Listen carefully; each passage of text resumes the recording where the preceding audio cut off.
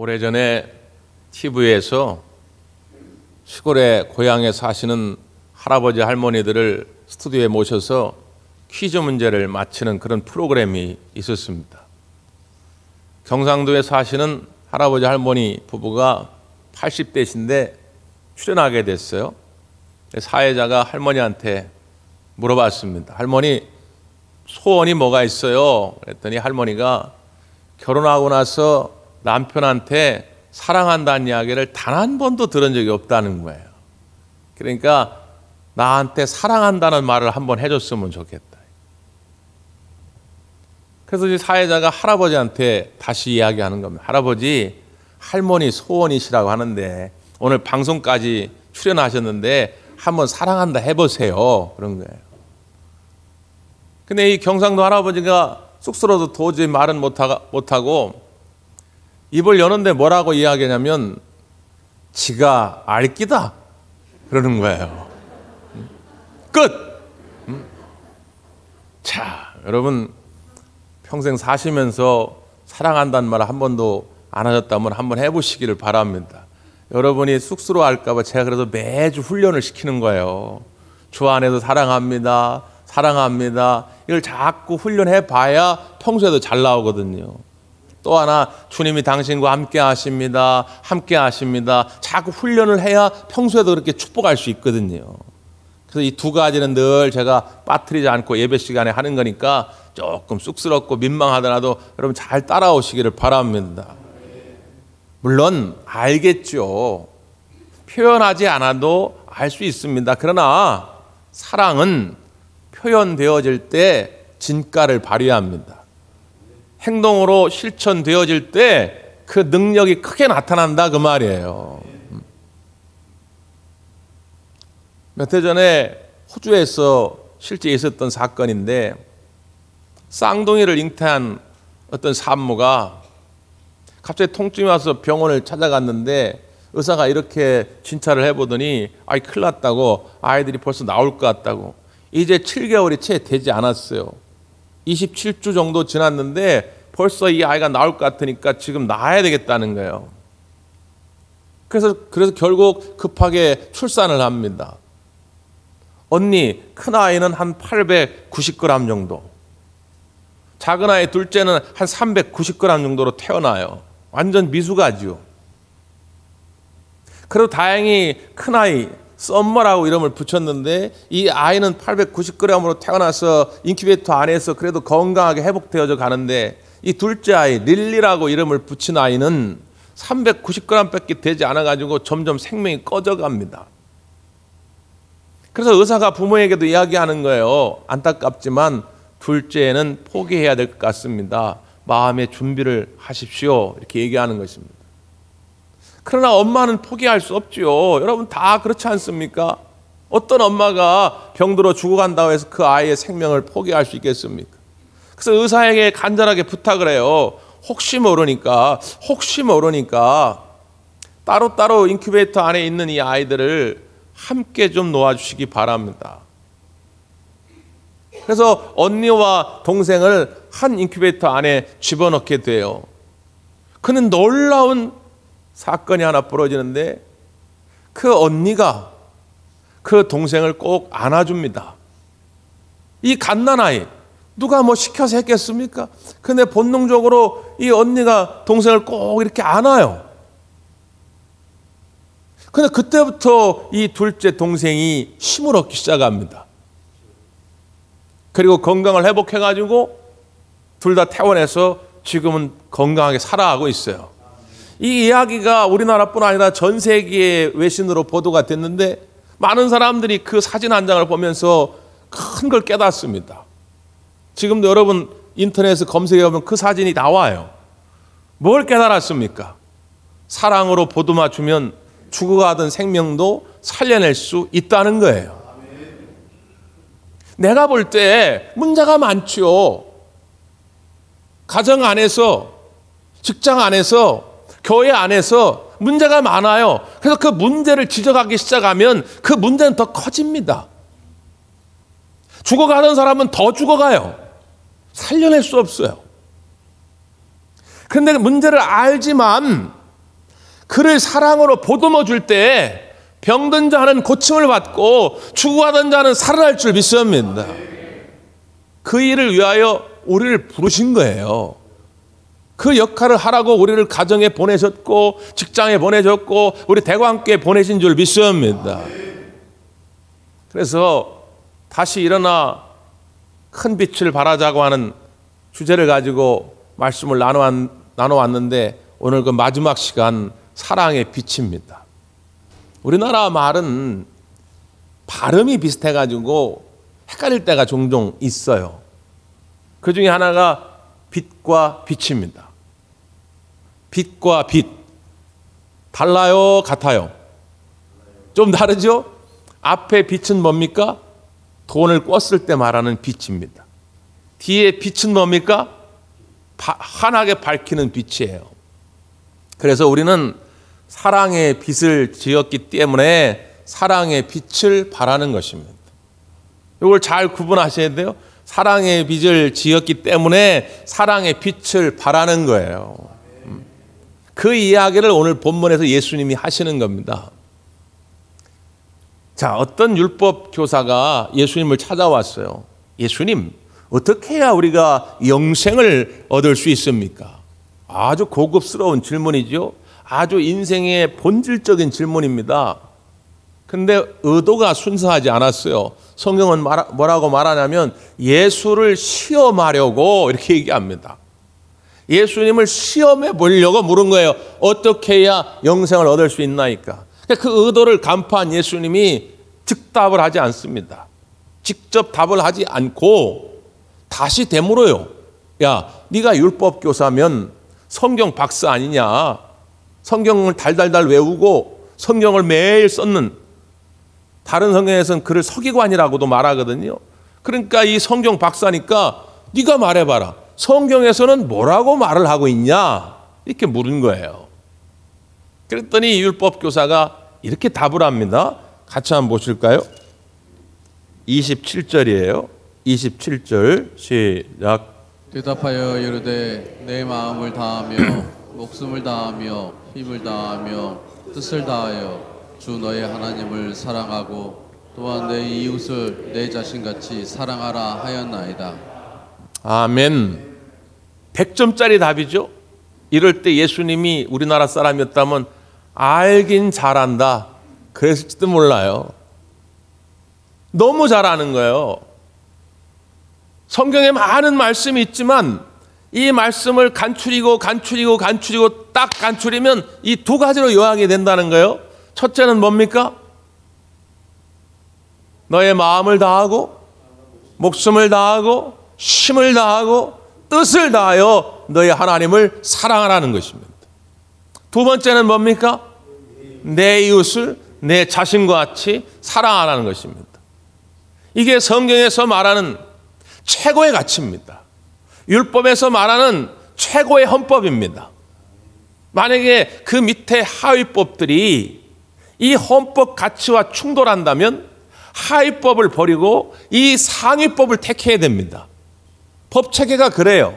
우리나라에 민법, 상법, 형법 많은 법이 있지만 이 법 조항이 우리나라 헌법과 충돌하면 이 민법을 버리는 거지 헌법을 버리는 게 아니에요. 여러분이 성경을 읽다가 혹시라도 어떤 구절에서 이 두 가지 계명과 충돌한다면 이 하위법을 잘못 이해하고 있는 것이죠. 이 작은 하위법 때문에 이 헌법을 버리면 안 된다 그 말이에요. 아무리 신앙생활을 오래 하고 아무리 성경을 많이 읽고 성경에 척척 박사라 할지라도 이 헌법 가치를 손상시키시면 안 된다 그 말이에요. 우리가 목숨 걸고 지켜야 할 최고의 가치는 뭐라고요? 다시 첫째는 하나님을 사랑하는 것이요. 둘째는 내 이웃, 내 자신같이 사랑하는 것입니다. 100점짜리 답이에요. 그러니까 예수님이 아이 그래 너 잘 알고 있구나. 그대로 가서 행하라 이렇게 말하는 거예요. 자, 문제는 뭐예요? 알고 있는데 행하지 않는 거예요. 예수님이 이걸 지적하는 것입니다. 하나님을 사랑하는 걸 알아요. 그리고 말로도 얘기하면 나는 하나님을 사랑한다고 말을 합니다. 근데 예배의 자리에 나오질 않아요. 입술에 찬송이 넘치질 못해요. 기도하는 일에 전념을 다하지 않습니다. 하나님의 복음을 전하는 일에 전념을 다하지 않아요. 주의 이름으로 봉사하고 헌신하는 일에 참여하지 않아요.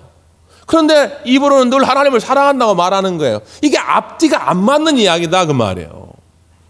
물론 어떤 분들은 그런 얘기를 합니다. 나는 하나님을 믿는데 꼭 예배 시간에 나가야 됩니까? 나 집에서 혼자 그냥 하나님을 사랑할래요. 원론적으로는 맞는 얘기죠. 그러나 여러분, 지금은 그런 상황이 아니잖아요. 지금도 북한에는 지하계 교인들이 있는데 그들은 이렇게 예배당에 나와서 예배하고 싶어도 할 수가 없어요. 그래서 탈북자들의 이야기를 들어보면 산 깊은 곳에 동굴 같은 곳에 이렇게 몇 사람이 모여가지고 예배를 드리는데 그때도 찬송도 제대로 못해가지고 입만 뻐끗댄대. 입만.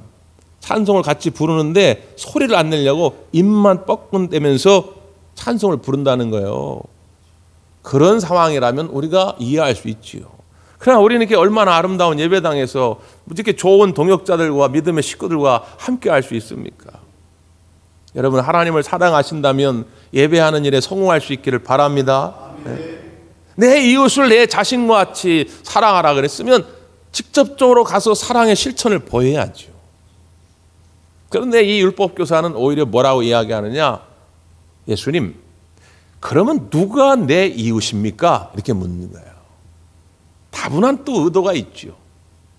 29절 말씀에는 뭐라고 얘기했냐면 자기를 옳게 보이려고 이렇게 얘기합니다. 자기를 옳게 보이려고 예수님, 내 이웃이 누굽니까? 아니 내 이웃을 내 자신과 같이 사랑하라고 했는데 그럼 사랑할 대상이 누굽니까? 물은 거예요. 그때 예수님이 우리가 잘 아는 선한 사마리아인의 비유를 들으신 것입니다. 어떤 사람이 예루살렘에서 여리고로 가다가 강도를 만났다. 모든 걸 빼앗기고 거의 죽기 일보 직전까지 맞게 돼가지고 피를 절절 흘리고 있다. 그때 제사를 막 마치 어떤 제사장이 지나가는데 그냥 못 본 척하고 지나갔다. 두 번째 레위인이 나타났는데 레위인도 그냥 모른 척하고 지나갔다. 근데 세 번째 사마리아 사람이 나타났는데 사마리아 사람이 그를 불쌍히 여겨 그를 데려다가 치료해주고 돌보아 주었다. 자, 누가 이웃이겠느냐 묻는 거예요. 그 마지막 대답이 이렇게 됩니다. 37절이죠. 37절 시작. 이르되 자비를 베푼 자니이다. 예수께서 이르시되 가서 너도 이와 같이 하라 하시니라. 아멘. 누가 강도 만난 자의 이웃이 되겠느냐 묻는 예수님에게 당연히 자비를 베푼 자니이다. 이 사마리아 사람이 이웃 아니겠습니까? 묻는 거예요. 그렇지? 그럼 너도 가서 이와 같이 하라. 여러분, 무슨 말씀일까요? 이 비유의 말씀이 우리의 주시고자 하는 뜻이 어디 있을까요? 자, 이 율법교사가 재차 예수님께 누가 내 이웃입니까? 물은 이유가 있어요. 마태복음 5장에 보면 예수님께서 이런 말씀을 하십니다. 또 내 이웃을 사랑하고 내 원수를 미워하라 하였다는 것을 너희가 들었으나 이 말은 예수님 시대에 많은 종교 지도자들, 율법교사나 제사장들이나 레위인들이나 이런 종교 지도자들이 일반 사람들에게 이렇게 가르쳤다는 거예요. 뭐라고 가르쳤느냐? 이웃을 사랑하고 원수를 미워하라 이렇게 가르쳤다는 거예요. 그러나 예수님은 다른 의견을 제시합니다. 그러나 나는 너희에게 이르노니 너희 원수를 사랑하며 너희를 박해하는 자를 위하여 기도하라 이렇게 말합니다. 당시 종교 지도자들의 가르침과 충돌하는 거예요. 매우 혁명적인 가르침이죠. 근데 돌이켜보면 예수님의 말씀은 새로운 것이 아니라 오히려 원래 하나님의 말씀을 회복하는 것입니다. 당시의 종교 지도자들이 사람들을 가르칠 때에 이웃을 사랑하고 원수를 미워하라고 가르친 것은 레위기 19장 18절의 말씀이에요. 하나님이 모세를 통하여 주신 말씀인데요. 이렇게 말씀하셨죠. 원수를 갚지 말며 동포를 원망하지 말며 내 이웃 사랑하기를 내 자신과 같이 사랑하라. 나는 여호와니라. 이렇게 가르쳤습니다. 이게 1.1핵도 거짓이 없이 하나님이 하신 말씀 그대로예요. 다시 한번요. 원수를 갚지 말며 동포를 원망하지 말며 내 이웃 사랑하기를 내 자신과 같이 사랑하라. 이거예요. 그런데 당시 종교 지도자들은 그 하나님의 말씀 가운데 자기들의 편의대로 뺄 건 빼고 집어넣을 건 집어넣은 거예요. 분명히 원수를 갚지 말라 했는데 이웃을 사랑하라만 가르치고 원수는 미워하라 가르친 거예요. 왜 그렇게 가르쳤을까요? 그게 편하거든요. 그게 자기 합리화를 하기가 좋아요. 자, 내가 내 나름의 이웃을 정합니다. 가족 안에서, 이웃과의 관계 속에서, 직장의 동료들 사이에서, 심지어 교회 안에 와서도 저 사람은 나랑 성격이 비슷해, 생각이 비슷해, 나하고 기질이 비슷해, 고향이 같아, 나온 학교가 비슷해, 저 사람은 참 나하고 친한 사람이야. 내 나름의 이웃의 영역을 만듭니다. 그리고 이 울타리를 벗어난 모든 사람은 다 원수예요. 그냥 내가 정하는 거예요. 내가. 그리고 내가 친한 사람들, 마음이 흡족한 사람들을 사랑합니다. 나는 하나님 말씀에 순종하는, 내가 생각해도 참 기특한 사람이야. 난 참 사랑을 잘해. 그런데 내가 정한 울타리 밖의 사람은 그래 미워하라고 우리가 배웠지. 그래 미워해. 미워하자. 응? 왜? 그렇게 미워하라고 가르쳤으니까. 내가 정한 원수를 미워하는 것에 대해서 전혀 양심의 가책을 갖지 않습니다. 그 대표적인 사람들이 누구였냐? 사마리아 사람들입니다. 당시 종교 지도자들은 유대인들은 끝까지 믿음의 순수함을 지켰다고 봤는데 사마리아 사람들은 이방 종교를 받아들이고 이방 족속들과 피를 섞었다고 해가지고 개되지보다 못한 인간이라고 말했어요. 그러니까 그들은 미워해도 된다 이렇게 본 거예요. 아무 이유도 없이 그냥 사마리아 사람들 보면 증오하고 혐오하고 차별하고 그래도 아무런 양심의 가책을 받지 않았던 거예요. 그게 하나님의 뜻을 따른다고 오히려 진리를 수호한다고 말했던 것이죠. 그런데 예수님은 오늘 다른 관점을 보여주는 거예요. 자, 봐라. 어떤 사람이 강도를 만났는데 제사장도 유대인이야. 종교 지도자다. 레위인도 유대인이야. 성전 봉사자, 지금으로 말하는 교역자예요. 자, 그런데 그들은 이 강도 만난 자를 보고 그냥 다 지나간다. 근데 사마리아 사람, 너희들이 생각할 때 개돼지보다 못한 인간이라고 늘 침뱉고 혐오하고 증오하고 했던 이 사마리아 사람, 이 사람은 가다가 강도 만난 자를 도와주었어. 자, 이 강도 만난 자에게 누가 이웃인가? 응? 율법 교사가 가지고 있던 편견, 선입견, 기존의 이웃이라고 하는 원수라고 하는 경계점을 예수님이 완전히 허물어 버리시는 것입니다. 오늘 이 시간도 마찬가지입니다. 혹시라도 우리 마음속에 내 스스로 정해놓은 경계, 그 울타리가 있다면 오늘 주님의 이름으로, 주님의 사랑으로 허물어뜨릴 수 있기를 간절히 바랍니다. 누가 도대체 내 사랑해야 할 이웃과 미워해야 할 원수의 경계를 누가 만들어 놓았냐 그 말이에요. 미국에 마틴 루터 킹 목사님이 계신데 인종차별에 반대해서 저항운동을 펼쳤던 분이죠. 그래서 노벨 평화상까지 받으신 분입니다. 미국에서 뿐만 아니라 전 세계적으로도 많이 존경하는 분인데 이분이 큰 영향력을 미치고 존경을 받은 이유 가운데 하나는 그의 저항운동이 폭력적이지 않았다는 것입니다. 그는 늘 이런 이야기를 했어요. 난 사랑을 믿기로 결심했습니다. 증오는 견디기에 너무 무거운 짐이기 때문입니다. 어둠은 어둠으로 몰아낼 수 없습니다. 오직 빛만이 어둠을 몰아낼 수 있듯이 오직 사랑만이 증오를 물리칠 수 있습니다. 사랑은 세상에서 가장 오래 견딜 수 있게 하는 힘입니다. 그는 사랑으로 증오를 이겨내려고 한 것입니다. 흑인 운동을 하다 보면 흑인 안에서도 백인을 증오하는 세력들이 생기잖아요.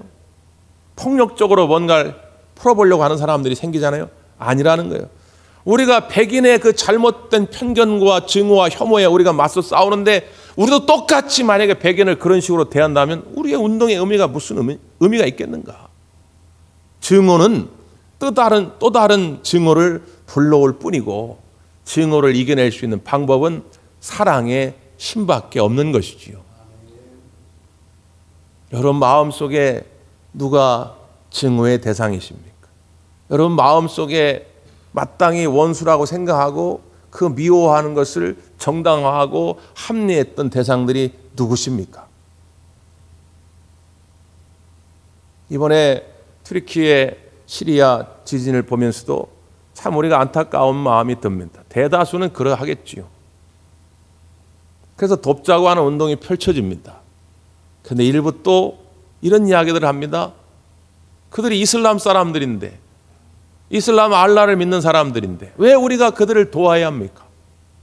물론 그들은 거의 90% 이상이 이슬람교 사람들이죠. 기독교 인구는 0.1%밖에 안 됩니다. 늘 그런 식이에요. 늘 그런 식. 이태원 참사가 벌어졌을 때도 아니 지들이 놀다가 죽었는데 왜 우리가 그들을 위해 기도하고 도와줘야 합니까? 늘 그런 식이에요. 그냥 무언가 나하고 차이를 두고 경계를 지어가지고 마땅히 나는 미워하고 나는 마땅히 무관심해도 되는 것처럼 얘기하고 생각하는 사람들. 그건 기독교의 가치가 아닙니다. 일반 사람들이 그런다면 그나마 그냥 그러리 하는데 어떻게 기독교의 이름으로 그런 이야기를 할 수 있냐 그 말이에요. 사랑하는 성도 여러분, 우리 예수님은 그 모든 경계를 허무시려고 우리 가운데 오시고 십자가를 지고 죽으신 줄 믿습니다. 오늘 이 사람도 왜 예수님께 내가 사랑해야 할 이웃이 누구냐고 물었냐? 자기를 옳게 보이려고 했다는 거예요. 자기 의에 지금 빠져 있는 거예요. 내가 정한 기준이 옳다. 나는 이만큼은 사랑하고 이만큼은 미워하는데 나는 그것이 깨끗하다라고 생각했기 때문에 이런 질문을 던진 것이죠. 그래서 우리가 이런 편견 속에서 이런 자기 의의 교만 속에서 벗어나려면 결국 다시 십자가의 은혜를 붙드는 수밖에 없어요. 마틴 루터는 수도사였습니다. 나름대로 열심히 제안 짓고 살아보려고 기존의 세상에서 동떨어진 격리된 곳에 공동체를 만들어가지고 거기서 이제 수도사 생활을 하는데 그럼에도 불구하고 죄악의 생각이 떠올라요. 아주 자그마한 죄들을 저지릅니다. 막 마틴 루터는 영적으로 매우 민감했던 사람이기 때문에 이걸 견딜 수가 없는 거예요. 왜? 죄를 지으면 지옥 간다고 하는 걸 너무 잘 알기 때문에 그 지옥의 형벌이 두려웠기 때문에 이거 어떡하나 잠도 못 자죠. 밥도 제대로 먹을 수가 없어요. 그래가지고 이제 선배 사제한테 고해성사를 하러 갑니다. 보통 사람들은 뭐 하루에 한 번, 뭐 일주일에 한 번 이렇게 고해성사를 오는데 이 마틴 루터는 그냥 뭐 1시간에 한 번, 30분에 한 번 계속 고해성사를 하러 가는 거예요. 그러니까 그 고해성사 담당 그 사제가 형제님 죄를 좀 한꺼번에 모아서 오시든지 아니면 좀 그럴싸한 큰 죄를 저지르고 오시오. 아니 이런 자잘한 걸 가지고 계속 오면 내가 피곤해가지고 어떻게 살 수가 있겠냐고 말이지. 그럴 정도였다는 거예요. 이 견딜 수 없는 이 죄에 대한 이 공포, 지옥에 대한 두려움, 이걸 어떻게 해결받습니까? 성경을 깊이 묵상하다가 특별히 로마서 말씀을 묵상하다가 오직 의인은 믿음으로 말미암아 살리라 함과 같으니라. 이 말씀이에요. 이거였구나. 내가 아무리 고해성사를 많이 한들 그 죄의 문제를 해결하기 위해서 내가 고행과 수도를 많이 한들 그것이 이 나의 죄의 무거운 짐으로부터 해결되는 것이 아니라 나를 위해 죽으신 예수 그리스도의 십자가의 은혜를 내가 믿음으로 말미암아 나는 의인이 되는 것이구나. 그 복음의 빛이 루터를 살려낸 거예요. 우린 다 그런 존재 아닙니까? 뭘 잘났다고 다른 사람을 경계 지어가지고 마땅히 증오하고 혐오하고 미워할 대상으로 삼습니까? 그보다도 몇십 배, 몇천 배 큰 죄를 내가 가지고 있는데 우리 예수님은 그런 죄에도 불구하고 나의 허물과 죄를 용서하시고 나 때문에 십자가에 달려 죽으신 줄 믿습니다. 그 십자가의 은혜에 머물게 되면 내가 스스로 쳐놓았던 이 울타리가 무너지기 시작합니다. 아, 저 권사님, 아, 미안하네. 아, 저 집사님, 내가 그때는 왜 그렇게 생각했지? 십자가의 은혜 깊이 체험하고 보니까 그때 그런 은혜를 가졌던 게 오히려 미안해지는 거예요. 내 안에서 성령이 역사하기를 시작하는 것이죠.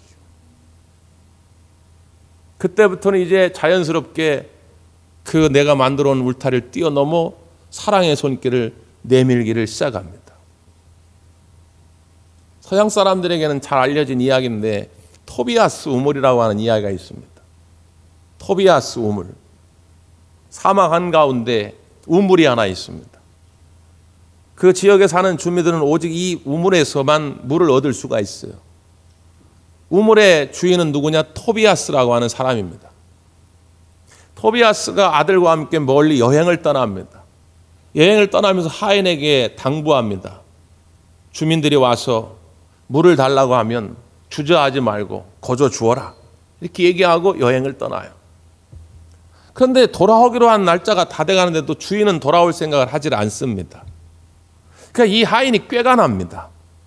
그때부터 마을 사람들에게 거저 주라고 했는데도 불구하고 자기가 친한 사람들에게만 물을 줍니다. 자기에게 와가지고 감사의 사례를 하는 사람에게만 물을 주기 시작합니다. 자기 말을 잘 듣는 사람만 물을 주기 시작합니다. 그때부터 권력이 생긴 것이죠. 동네 사람들은 다 이 하인에게 굽신굽신합니다. 왜냐하면 그렇지 않으면 물을 얻을 수가 없기 때문에요.